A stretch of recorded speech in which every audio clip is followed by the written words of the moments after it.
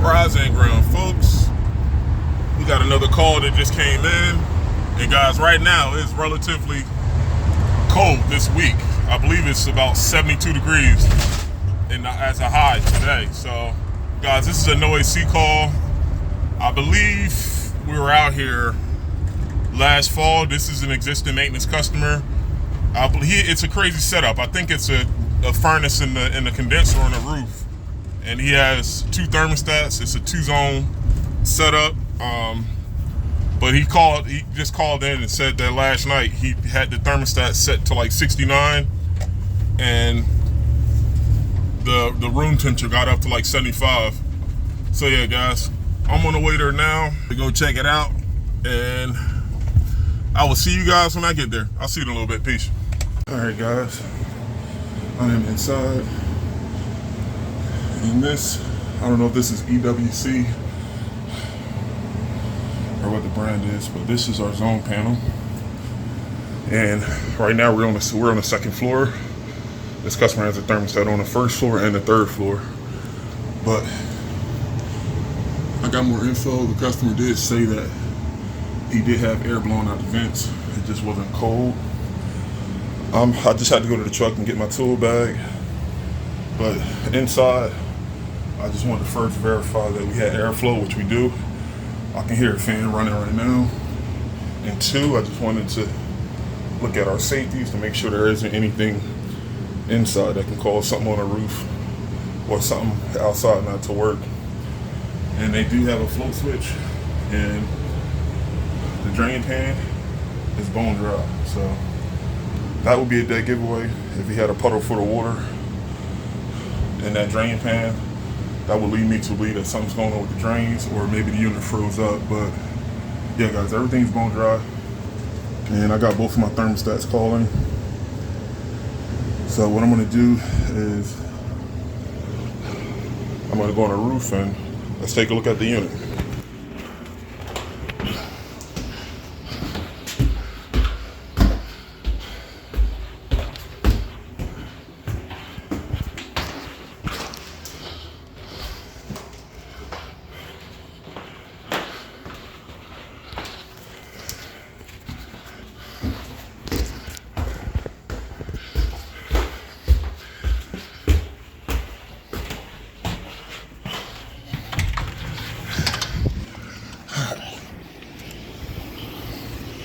Five flights of stairs later, this is our unit. And guys, he used to rent this place out. I remember him having tenants here years prior, but I don't remember any recent AC repairs that was done. But right now, I hear my fan running, but I don't hear my compressor run. So what I'm gonna do is I'm gonna pop the top, and I wanna check amps on that compressor, and I wanna look at the inside electrical component area there to see what's going on. All right, guys, let's open this door and let's see what's up. I'll see you guys in a little bit. All right, guys, I got the door off, and I knew that this is a 14A unit from looking at the inside unit. We're looking at the furnace and the coil, but this is a 3-ton 13-SEER straight AC condenser. And guys, take a look at this here. My compressor isn't even running, just like I suspected. So guys, in this scenario, what I want to do is I want to, of course, cut the power off. Before I start replacing parts, I got to look at the terminal plug coming out the compressor. I want to make sure that all my wires coming from the compressor are still intact. Thought the compressor just tried to turn on there. But guys, what I want to do first is I want to kill power, and that looks like a newer cap, or a newer style cap, but from our records, I know nothing was done here for at least 2 or 3 years. But what I want to do, guys, I'm going to kill power, and I'm just going to peek my head inside the unit. If my wires coming from my compressor is okay, I'm going to throw a cap and throw a hard start on it, and hopefully we can get this compressor started. If not, then we'll figure it out when we get to it. But as a matter of fact, let me see if we can see it. Come on, fam, stop turning.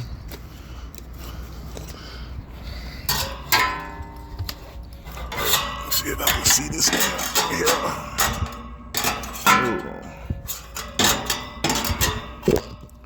Yep. You guys see that? The plug is still in place and the wires are okay. That's a good thing. All right, so now what I'm gonna do is grab a cap and my good old SB6R start kit, and let's see if we can get this compressor started. And also, I'm double parked.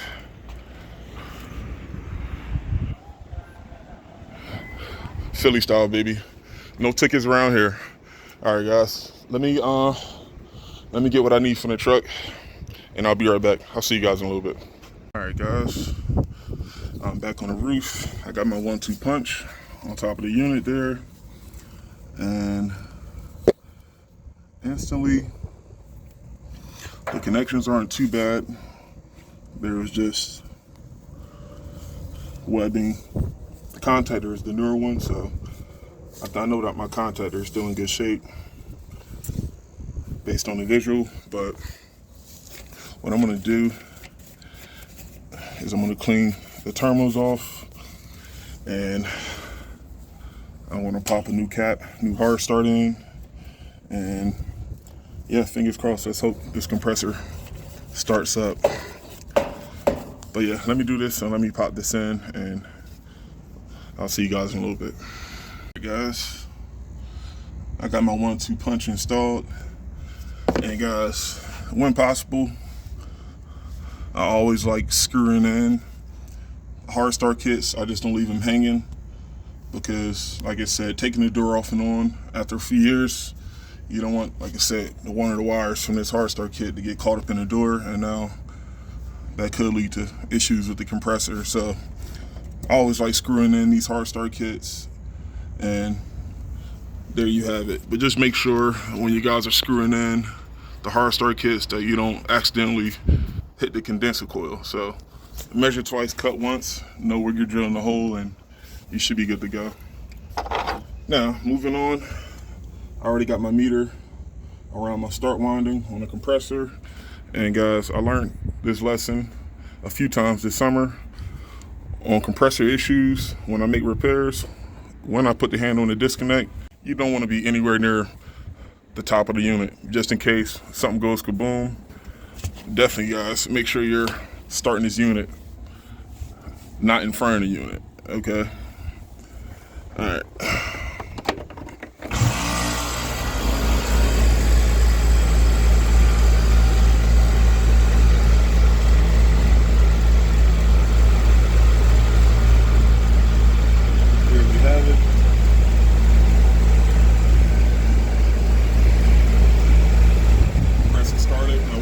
Guys, is I'm gonna let this unit run for like 10-15 minutes, and instantly my suction line is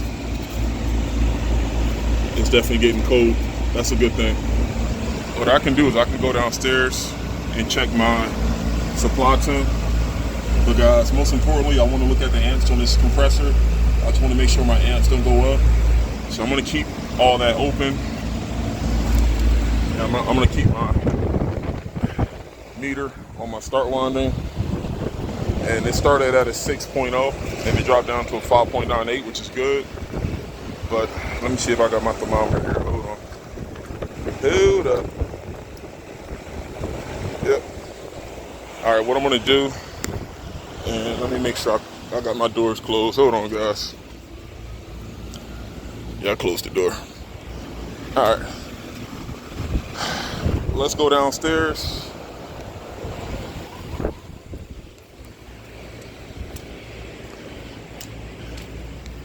And let's check our supply.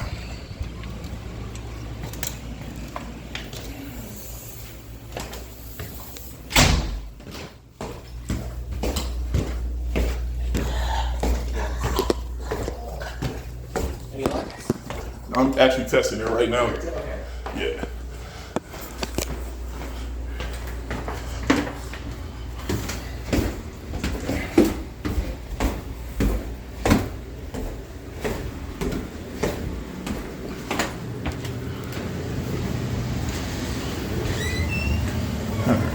So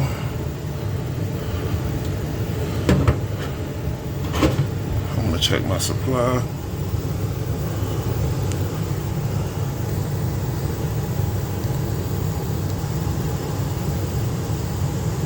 Nice. And the filter is clean.